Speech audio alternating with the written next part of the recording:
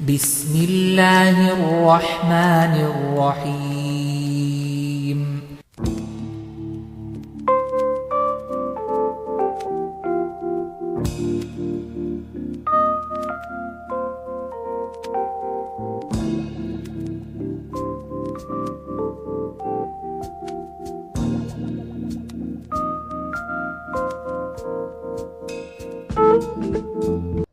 We as individuals, we have embraced this notion of super hyper individuality.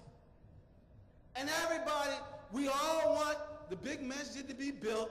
We all want the school to be built. We all want a great manor organization, but we all want to do our own thing. Individually. We all want to be autonomous, free-floating electrons. We don't want to have any kind of collective commitment. And then we blame leadership when things don't get done. Where do you think the Prophet would have been without his Sahaba? Where do you think he would have been? People who were willing to put some of their personal interests aside and who were willing to come and support the Prophet in his attempt to serve the community.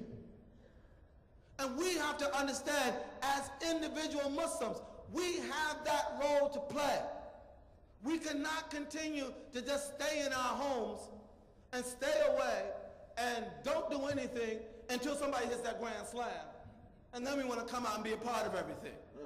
I mean, everybody wants to join a winner, right? The question is, can we help make winners? Can we contribute to winning?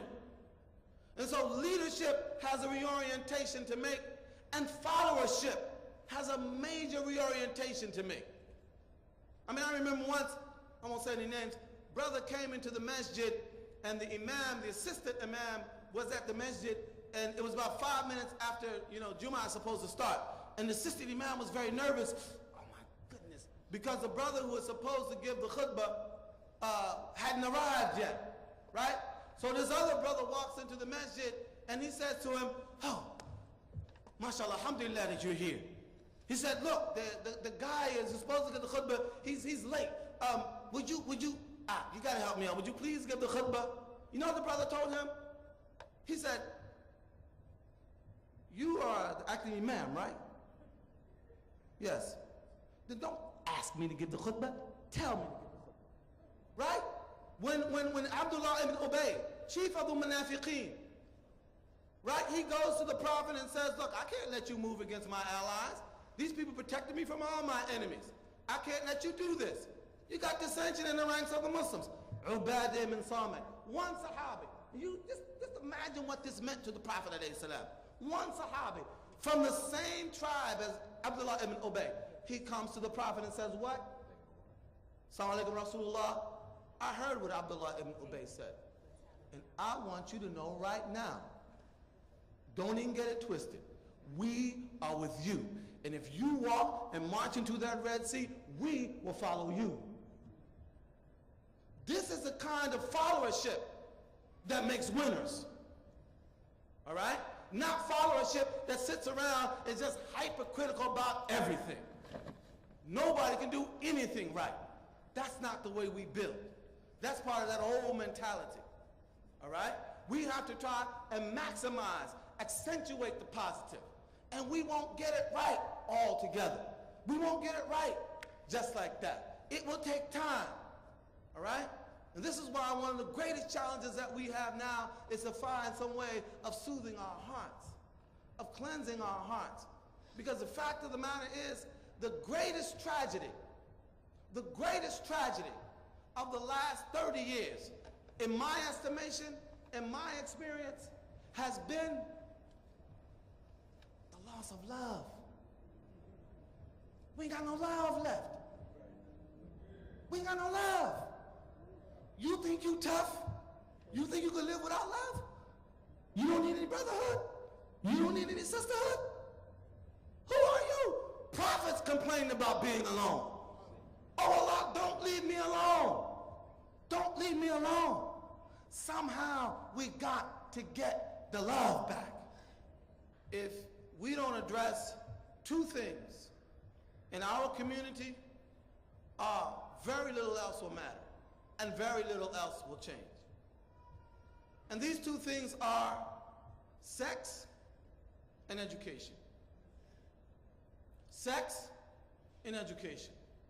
Sexual morality, where we can ensure, to the extent that we can, that children are born and nurtured in families that can provide them with the emotional, psychological, and other support that they need.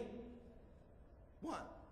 And two, we have to get back to education, because without education in a 21st century economy, right, you cannot sustain families, and you cannot even build communities. You're talking about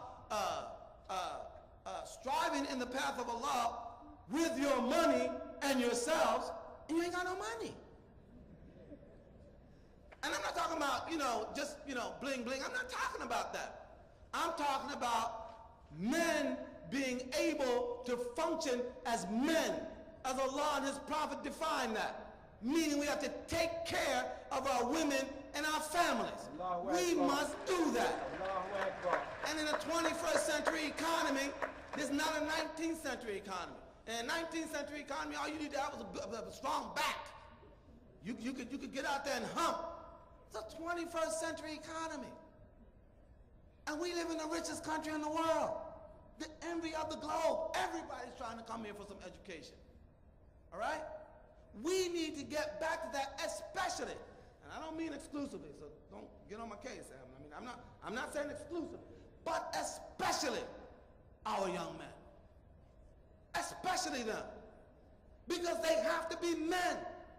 And we have to reinvest manhood with value in our community. I want to leave you with this thought, however. Don't be afraid to change. And don't be afraid to admit you were wrong. And remember, this is a prophetic example. When Musa alayhi salam was sent to Pharaoh, one of the things Pharaoh said to Musa was that, didn't I raise you from a child? And you spent years in my house. And then you did your misdeed, which you did. In other words, and now you're going to come to me, preaching to me? You killed somebody, and now you're going to come to me, preaching to me?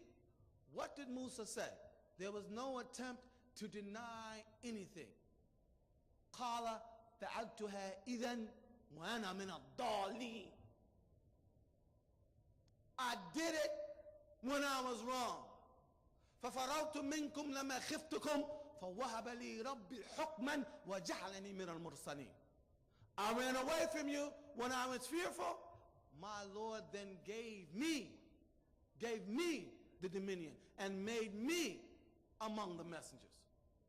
So let us not be afraid to change.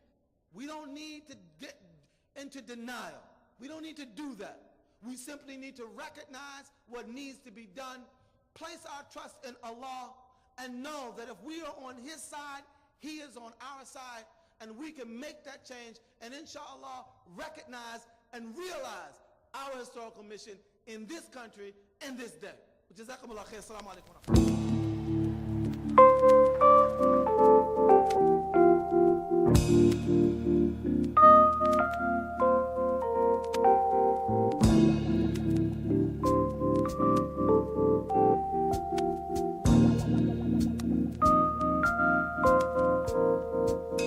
Thank you.